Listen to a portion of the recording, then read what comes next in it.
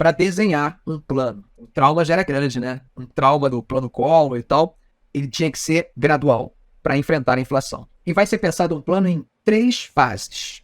Então, quando a gente pensa no plano real, ele foi feito em 3 fases. A primeira fase, que ainda começa já na virada de 93 para 94, é um ajuste fiscal. Quando a gente chama de ajuste fiscal, ele está dizendo de diminuição dos gastos do Estado, remanejamento do orçamento, pensar a questão dos impostos, etc. É buscar deixar mais enxuto, diminuir os gastos públicos, ou diminuir os gastos do governo. A gente pensa em PIB. Quando a gente fala de ajuste fiscal, está falando disso, diminuir despesas.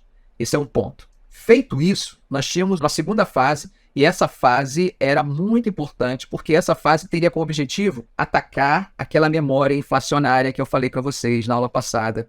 Hoje você já fazia os seus cálculos com base numa inflação que não existia, com base nessa memória inflacionária. Então a ideia era acabar com essa memória inflacionária. E a técnica que eles vão usar é uma técnica um pouco estranha, porque como nós falamos na aula passada, a indexação é uma forma de defesa contra a inflação, mas no fundo ela acaba realimentando a inflação.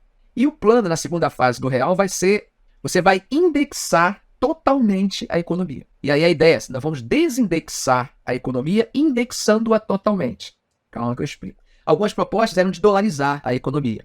E eles abrem mão desse modelo de dolarizar e criam uma moeda virtual. Um índice que funcionaria como se fosse uma moeda. Essa URV, como era conhecida, ela passaria a ser usada no dia a dia das pessoas.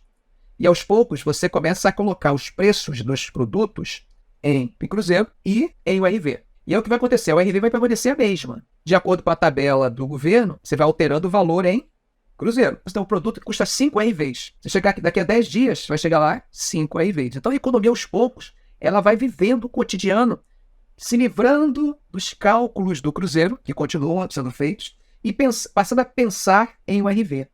Então, com isso, aos poucos as pessoas vão negociando, vendendo, comprando, cobrando, tudo em URV.